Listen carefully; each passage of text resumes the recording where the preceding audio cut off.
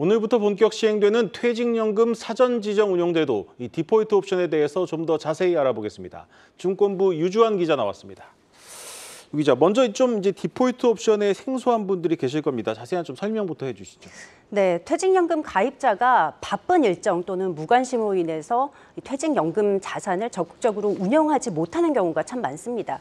이를 대비해서 미리 지정을 해둔 상품으로 퇴직연금 적립금을 투자하도록 한 제도가 바로 디폴트 옵션입니다. 우리나라는 지난 2005년부터 퇴직급여의 노후 보장 기능을 높이기 위해서 기존의 퇴직금 제도를 현재의 퇴직연금 제도로 조금씩 개선을 해왔습니다. 자, 그런데 노후 보장 기능이 잘 작동하기 위해서는 퇴직연금도 최소한 물가 상승분만큼은 늘어나야 하는데요. 사용자와 근로자가 손을 놓고 있는 동안에 매년 1, 2%밖에 안 되는 수준의 수익률로 거의 방치되다시피 하고 있습니다. 물론 안정적으로 확정된 수준의 퇴직연금을 받고 싶어서 확정급여형, DB형을 선택하는 가입자도 있지만요. 운용을 해보고 싶은데도 실제 운용으로 이어지지 못하는 경우에 이용할 만한 제도가 바로 사전지정운용제도, 디폴트 옵션입니다. 지난 2021년에 제도 도입이 국회를 통과한 이후에 지난해 7월부터 시범 운용을 시작을 했고요. 1년이 지난 오늘부터 의무화가 됩니다. 대상자는 확정기여형 DC형 퇴직연금 또는 개인형 퇴직연금 IRP 가입자이고요. 아까 리포트에도 보셨는데 사용자가 퇴직연금 규약을 변경을 해서 근로자들이 설정할 수 있게끔 지원을 해줘야 됩니다. 네. 만약에 이를 거부할 경우에 정부가 시정명령을 내릴 수가 있고요. 또 이행하지 않는다면 500만 원 이하의 과태료를 또 부과할 수 있습니다. 네.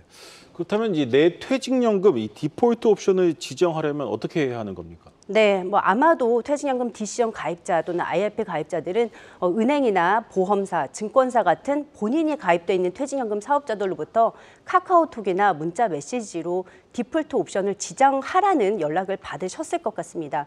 저의 경우에도 올해 1월부터 매달 카카오톡으로 이 지정하라는 문자를 받고 있어서 오늘 좀 참고 영상으로 촬영을 해봤습니다. 네. 은행이나 보험사, 증권사별로 조금씩 차이가 있을 수는 있지만요. 크게는 원리금 보장형 또는 비보장형 안에서 고를 수가 있고요. 원리금 보장형의 경우에는 정기예금 같은 상품에 돈이 자동적으로 투자가 됩니다. 또 원금 비보장형은 다시 저위험, 중위험, 고위험, 초고위험 자산군 중에 선택을 할 수가 있게 되는데요. 초고위험 자산 중에서는 주식을 최대 70%까지 편입한 금융투자 상품도 있습니다. 노후 자산인데다가 가입자가 직접 운용을 하는 게 아니라 퇴직연금 사업자와 또 해당 금융상품을 운용하는 자산운용사한테 운용을 맡기는 제도이다 보니까 정부가 매우 까다롭게 적격 상품을 선별해서 승인을 해줬습니다. 올해 3월 말 기준으로 41개 연금 사업자들이 라인업을 갖춘 디폴트 옵션 상품은 총 135개입니다. 네. 이 퇴직연금의 디폴트 옵션이라는 제도가 결국엔 연금 수익률을 높이기 위해서 도입이 된 건데 그렇다면 실제로 좀 검증된 효과는 있습니까? 네, 맞습니다. 이 퇴직연금을 주무부처가 바로 고용노동부인데요. 올해 1월부터 3월까지의 시행 성과를 집계를 했습니다. 이 기간 총 25만 명이 디폴트 옵션에 가입을 한 걸로 나타났고요. 적립금 규모가 약 3천억 원이었습니다. 이 중 135개 상품의 운용 수익이 평균 3.06%를 기록했어요. 연 환산을 해보면 12%가 넘기 네. 때문에 소개 성과는 좀 있었지 않나 평가가 됩니다. 네. 또 위험 등급에 따라서도 다소 차이를 보였는데요. 예적금에 주로 투자하는 초저위험 상품의 수익이 1%대로 예적금 수준의 기록을 했고요. 저위험, 중위험, 고위험으로 위험 등급이 높아질수록 좀 높은 수익을 기록한 것을 확인할 수 있었습니다. 비중 차이는 있겠지만 올해 1월부터 3월이면 주식시장이 좀 한창 좋던 시기 아닙니까? 그 영향도 있을 것 같은데 사실 손실 가능성도 충분히 있는 것 아닙니까? 네, 말씀하신 것처럼 상반기에 코스피 기준으로 14.4%나 좀 오른세를 보였다 보니까 디폴트 옵션에서도 주식을 편입한 상품의 수익률이 높게 나타났습니다. 네. 말씀하신 대로 시장 상황에 따라서 주식 편입 비중이 높다고 항상 수익률이 높을 걸로 기대할 수는 좀 없겠죠. 디폴트 옵션을 지정해 놨다고 해서 내 연금 자산이 반드시 높은 수익을 낼 것이라 기대하기가 어려운 거죠.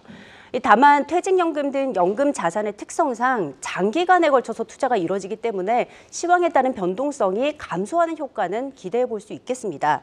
실제로 디폴트 옵션이 완전히 정착됐다고 할 수 있는 미국과 영국, 호주 등 선진국의 경우에는 시황의 변동 속에서도 연 7에서 10%의 꾸준한 수익률을 꽤 오랫동안 거둬온 것으로 알려지고 있습니다.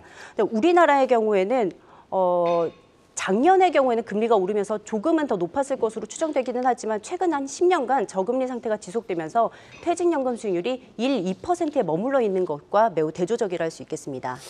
네, 이 디폴트 옵션 도입으로 이 수익률이 좀 더 중요해지면서 퇴직연금 갈아타시는 분들도 늘어날 텐데 금융회사들의 경쟁도 좀 치열해지겠습니다. 네, 맞습니다. 퇴직연금 적립금이 워낙 빠른 속도로 불어나면서 지난 1분기 말 기준으로 약 340조 원이나 될 것으로 지금 추정이 되고 있습니다.